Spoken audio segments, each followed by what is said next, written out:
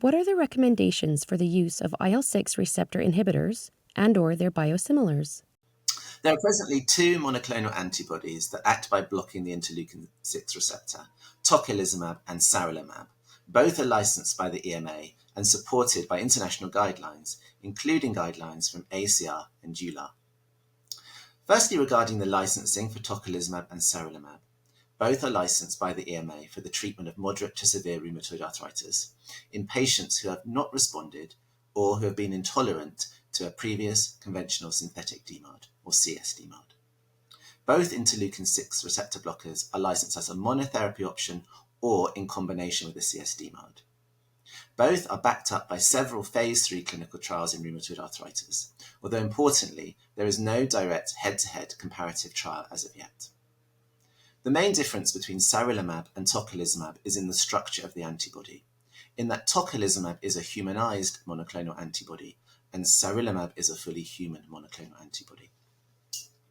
In terms of biosimilars, the EMA stated in 2022 that biosimilar medications approved by the EMA are interchangeable with their reference medicine or equivalent biosimilar.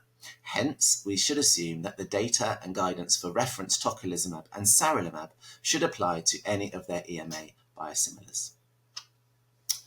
Looking at the EULAR recommendations for the management of rheumatoid arthritis, which were last updated in 2022, they divide the management of rheumatoid arthritis into 3 phases. Phase 1 concerns the commencement of CS DMARDs for patients initially diagnosed with rheumatoid arthritis. If patients have not responded by 3 months, or who have not achieved the recommended target by 6 months, they should move to phase 2 of the guideline. If patients have poor prognostic factors, EULAR then recommend to start a biologic DMARD or JAK inhibitor.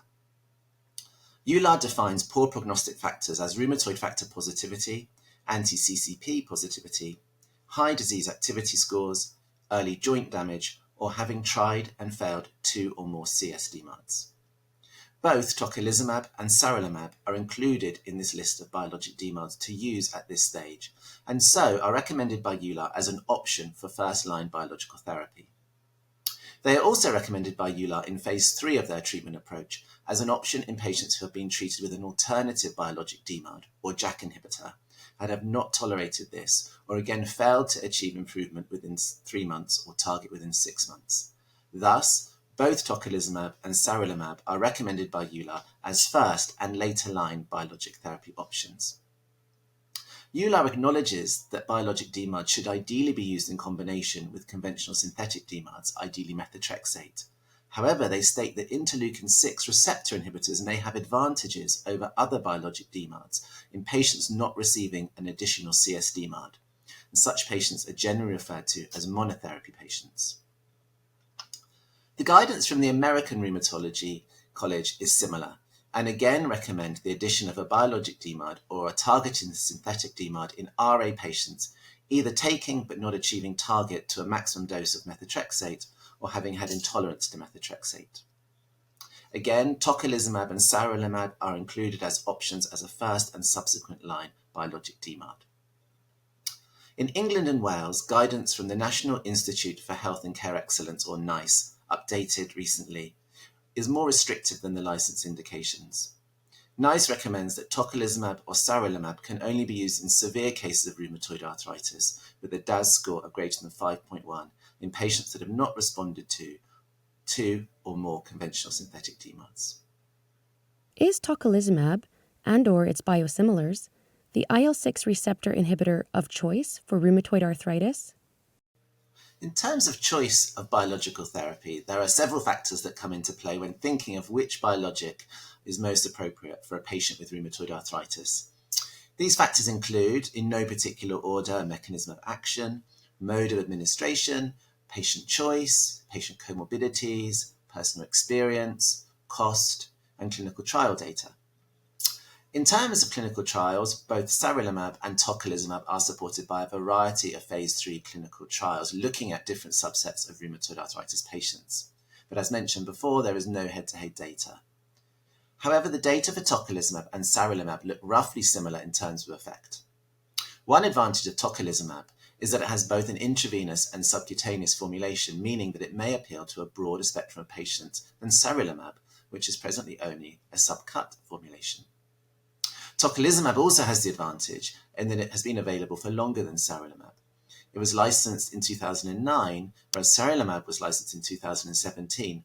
Thus, whilst their clinical trial data is similar, there is more real-world data regarding the use of tocilizumab than sarilumab.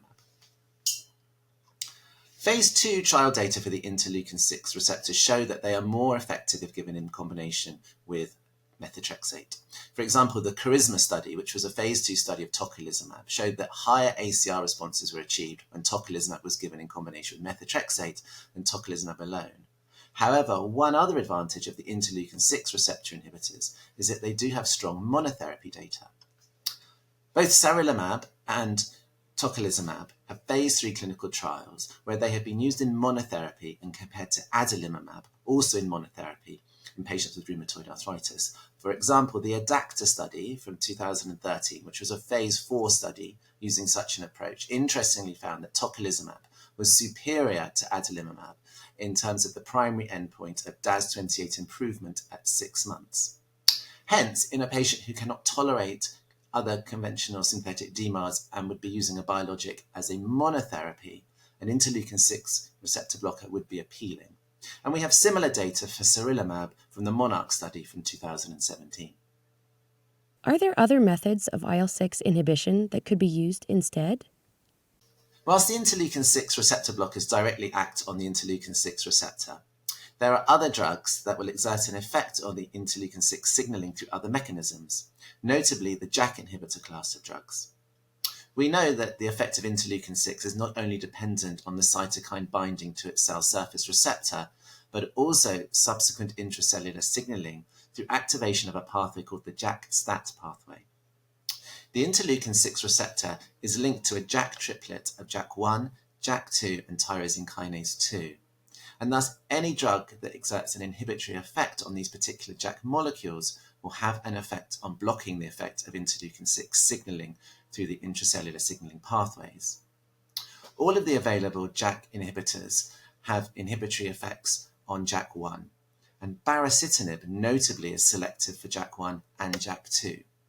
And thus, this class of drug will also have an effect on interleukin-6, but not by directly blocking its receptor, but on the subsequent intracellular signaling pathway.